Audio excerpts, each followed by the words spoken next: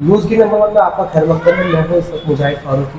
हमारी भाजपा नेत्री है और नेपाल मंडल की प्रदेश उपाध्यक्ष है। इस वक्त हमारे साथ मौजूद है अलीसा हुसैन सिद्दीकी। हम उनसे बातचीत करते हैं। अलीसा जी, आज पूरा हिंदुस्तान गमगीन है। जो जम्मू कश्मीर में जो हादसा हुआ है, जो तमाम जितने लोगों पर जो है फायरिंग की आतंकवादी में, उनके बारे में क्या कहना है? जम्मू कश्मीर के जो पहलगाम में जो ये टेरर अटैक हुआ है, ये बहुत ही दुख और शर्मनाक है।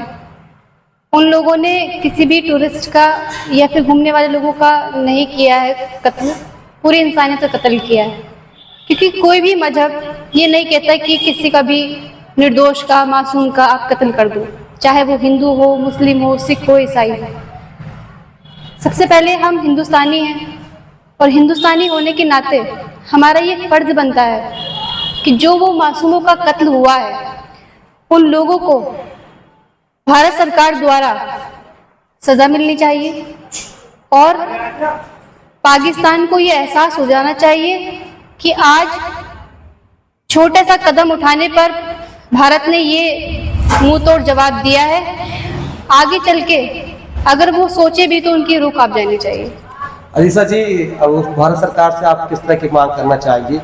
क्योंकि ये बहुत बड़ा कदम है और पूरा देश इस टाइम गमगीन है। हर जगह धरना प्रदर्शन हो रहे हैं और विरोध हो रहा है। तो आप सरकार से क्या मांग करना चाहेंगे? किस तरह का?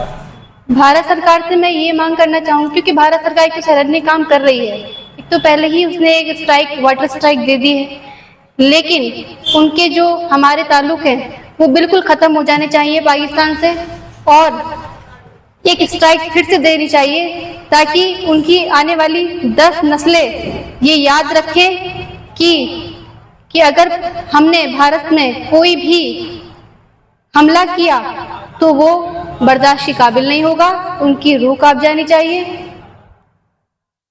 जैसे कि अलीसा जी, वहाँ पर जो जम्मू कश्मीर में इस वक्त जो के हालात है, अभी जो है फिलहाल जो टूरिस्ट जा रहा था, गर्मी का मौसम है, वहाँ पर घूमने के लिए जाते हैं। अब जो वहाँ की जो आवाम है, वहाँ के जो लोग हैं, उनका कहना है कि जो कारोबार जिनके होटल थे, उन पे क्या फ़र्क पड़ेगा, किस तरह का?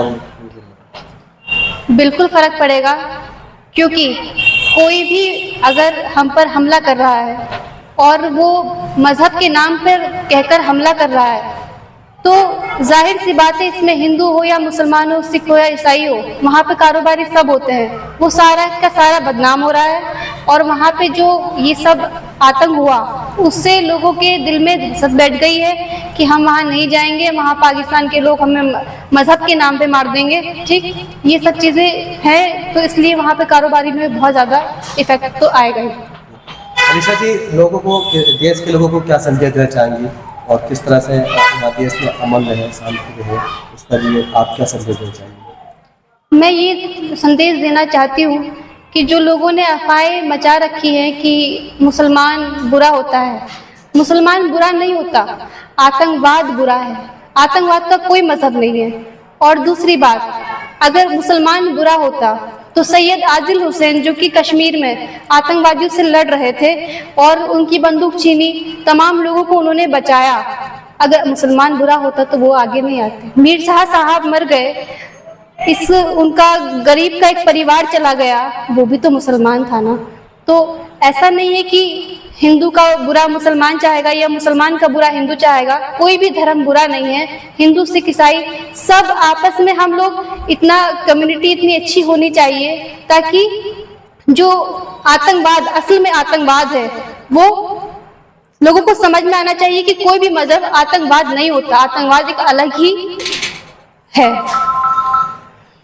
इस वक्त हमारे साथ मौजूद थे अलीसा हुसैन सिद्दीकी। उन्होंने कहा कि पाकिस्तान की जो नापाक हरकत थी, नापाक हरकत का मुंह तोड़